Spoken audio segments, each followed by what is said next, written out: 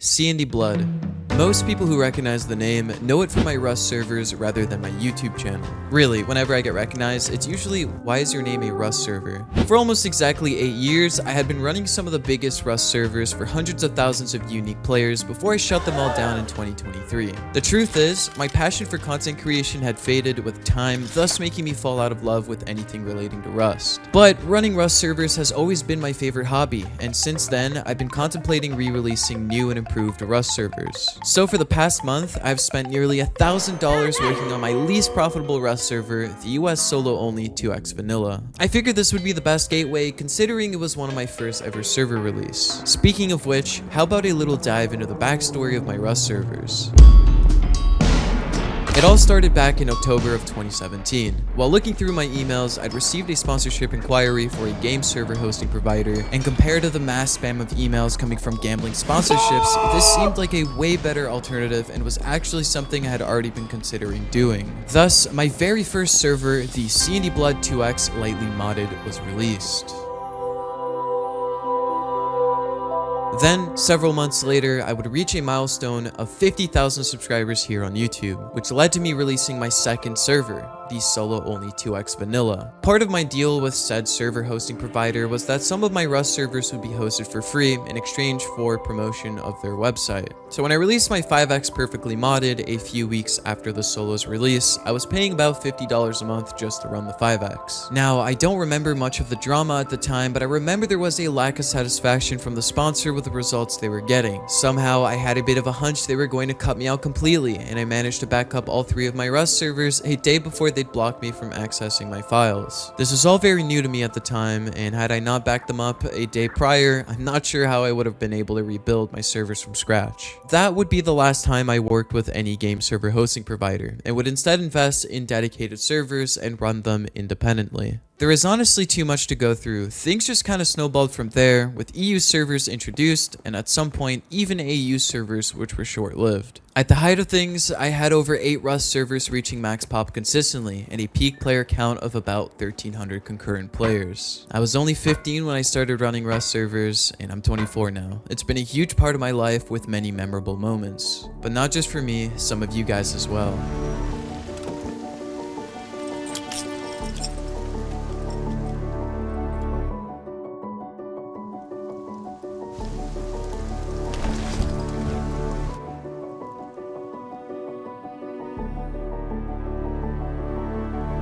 So tell me, what are your guys' most memorable moments on my servers?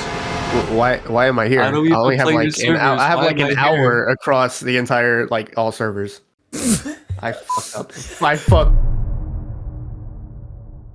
Yeah, so I woke up early on wipe day, built a whole base. My teammate never ended up getting on, so I ended up teaming with one of my neighbors who was also a solo player, and then I ended up raiding our other neighbor at some point, and there was a fight, there were some counters, things like that, and then he comes over to my base afterwards. He's squawking all about that we're teaming and that there's 3 of us or more. Since he's already crashing out, I had to get on my roof and throw some more fuel into the fire, and he was not having a fun time.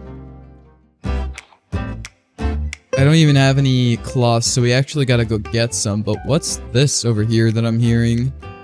Who's got an L96? Yeah, you guys are. No, listen. We're a duo. With that guy? We're a duo. Yes. With that guy. Why do you think it's on my base? It's on top of my roof right now. Yes.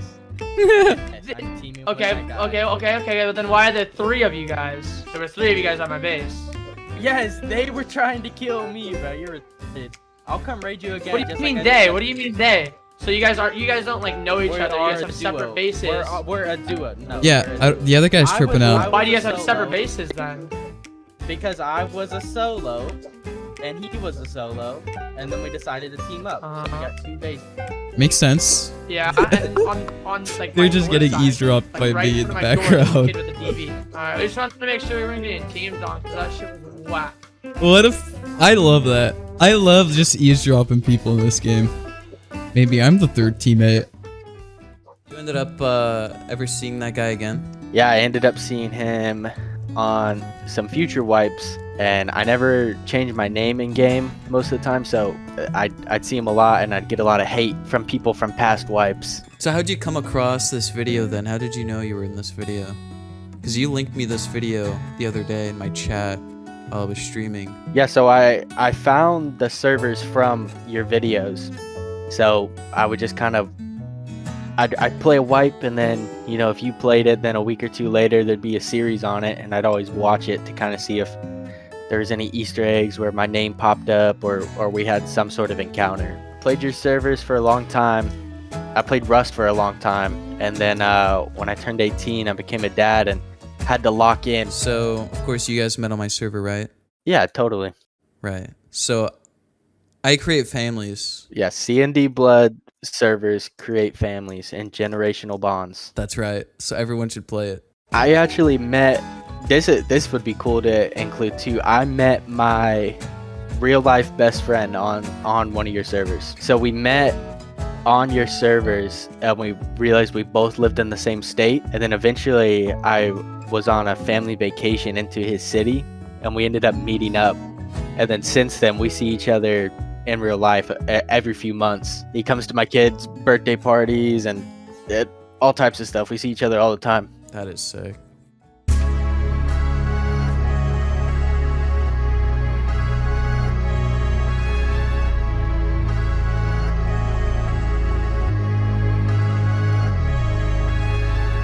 All right, well, welcome. Would you like to introduce yourself at all? Yeah, sure. Pretty easy. My name's Deacon. Very nice. And what server did you play on? I played on the 5X. Do you know roughly how long you played on there? Yeah, I think it was close to about 3K hours alone on that server.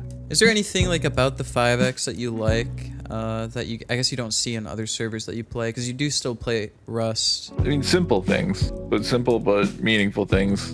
Back in the day, the 5X had a larger team UI. The fact you had blueprints, and I know it's strange now, but like a lot of the modded servers now are no BPs. You get on, you get your BPs, and also stop people from like getting on and immediately like being able to build up next to you and, you know, hassle you to a high degree. Like, so the BPs that, and then man, the pop, the consistent community, a lot of the same people that I started playing with on that server are people that I still play with today, and that's, I like to hear, you know, 7 years. Yeah. 7 years ago, and that's, yeah, those are people I care deeply about. You guys participated in the building competition I hosted back in December 2020. What made you want to participate in that when you heard that I was doing a building competition? Was it the money? No, I'm kidding. Well, I mean, we did have this whole logic. So if we were a bunch of us participated, and the logic was that if we were able to get if we were to get first, second, or third, whichever one, I can't remember how much prizes were. We were like, we're gonna buy kits for the people that were on our team, the people that we regularly played with. So the whole logic was like win, and then we'll be able to split it across the board and get everybody gets a kit for Q skip and all that. And when it came out and you got to see the builds, so what did you think about the other ones, and who did you think would win the competition? I mean, I know Preacher. I know Preacher well, and watching him put together like the organization behind his hotel and all that stuff, I was like, I know this man's gonna come out and do something super, not only sophisticated but organized. And yeah, of course the man delivered. And when we were watching, I was like, oh shit, dude, that's crazy. This is gonna be a close call, I'm sure, no matter what. And then the other ones I didn't know, and I remember one in particular, like the small little like log cabin one, and just smiling because some kid came on. He's like, no, I'm gonna take this from everyone with my cozy log cabin. I know, I love that one actually. I think he got third place as well. I guess, how did you guys feel when you guys won second place? I remember us still being like, yo, we still got a pretty good amount of money, like just split between kids, and then us knowing the Preacher won. I mean, there's no hard feelings. It was exciting regardless. Yeah. We knew we were gonna be in the video. We were getting paid for building some crazy ass role play. Mm-hmm. And I don't think there's any better case scenario than that.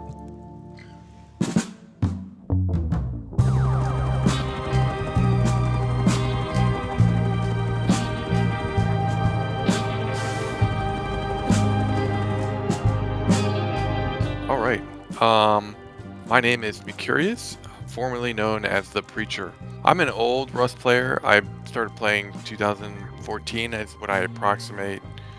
I played various servers, and then over time, I really fell in love with the CND 5X server. The 5X, you know, once you like hit rocks for 4,000 hours, having an extra boost like the 5X was kind of like a nice, helpful thing. So, what made you want to play on my 5X rather than like any other modded servers you may have come across before landing on my 5X server?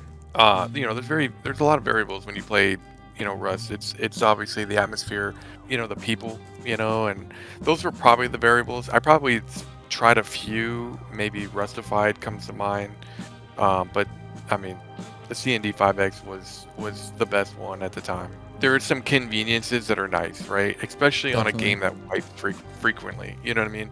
So like, yeah, I mean, those are some of the things I remember. It wasn't crazy, right? It felt vanilla, even though there was some nice mods. Yeah, you were part of my Christmas build competition, and there were 7 teams that participated. You were team 2, and the people liked your build the most. What were your thoughts about like the announcement of the competition? And first place was initially supposed to get $100, second place 50, third 25, as well as some VIP store credits, but that was the actual cash reward. And because of a sponsor, it changed to $350 for first place. So you got $350 US dollars, $175 US for second place, and third place got $100. How do you think you were gonna hold up in the competition? Do you think you were gonna win? Yeah, I mean, I was very confident, right? Because the build that I had was kind of a build I was working on for a while and been refining over time. It was a role play base that I just added over time, and it was a hotel with multiple wings, and each wing had like a theme. The hotel was named the Four Seasons. I don't remember if I changed the name for that particular competition. The one thing that I remember, and you mentioned it in my video, but you had an alt account playing on the piano, just permanently sitting there. Yeah, I had a second computer. And so a second account, and yeah, so he was just playing music. So as long as that computer was on and the music was playing, it was awesome, right? And it would draw people in, right? So people would hear it, right, in a normal game, and for some reason it agitated people, like, you know what I mean? Really? To have such like a nice thing, you know? Yeah, I guess I'm not surprised because we're talking about Rust at the end of the day. What'd you think of Team 7's build, which would be Deacon? Okay, so I will say for Deacon's build, he did great. Like, so one could say like, hey, you know, it's the same thing he builds every week, right? With some customized for the Christmas theme, and so, you know, maybe it wasn't that original. Versus Deacon's build, which was a creative creation or build based on that theme, and so I have to give him that credit. And he did, and again, the devil's in the details. He had like the shooting range, I think, which I thought was awesome. I think that may have been another team. Oh, yeah. Well, now you gotta rethink everything. Yeah, I do. Yeah.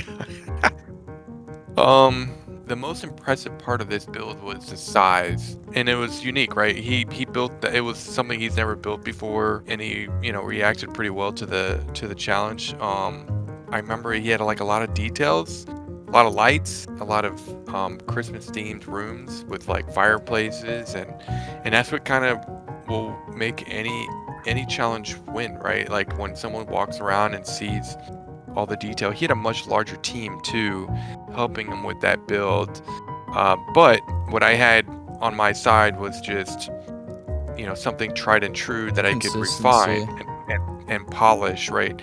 Mine was a polished product, so like, you know, you don't have to duck down to use something, you know. It was a very clean build, and it made a lot of sense, and a lot of people loved it, you know.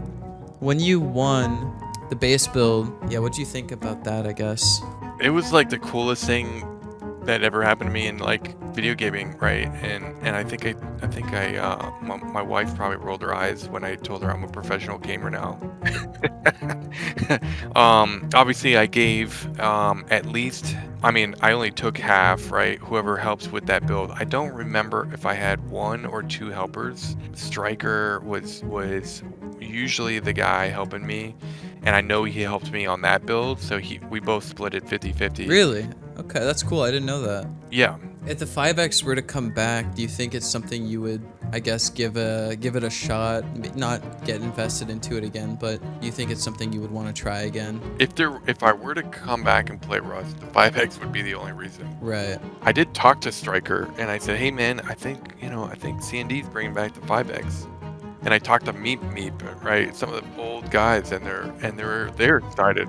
Like everyone is excited to see it. I know Striker's busy too, right? He's got kids, and I think he does hockey coaching. I got them committed to at least do one build, and so I could see us doing a hotel, and I could see myself doing it, you know, a couple times a year, a few times a year, and maybe I'd get hooked back on. I mean, Rust, one of my favorite games, you know.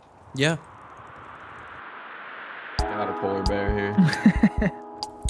Right. So anyways, about the 5X. So when it shut down, what'd you guys do? Uninstalled the game. Okay.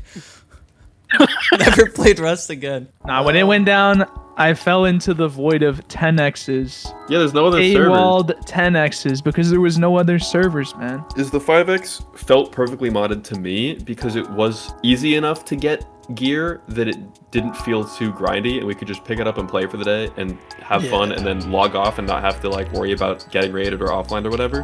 But it wasn't so easy to get gear that it felt like a Battlefield with extra steps.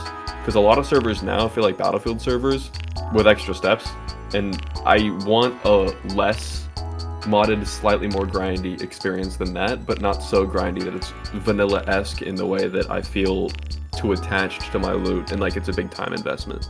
Right. And the 5X, I think, struck that balance well. I guess, would you guys play on the 5X again if I re-release it? Absolutely. 100%. Yeah. Dude, yes.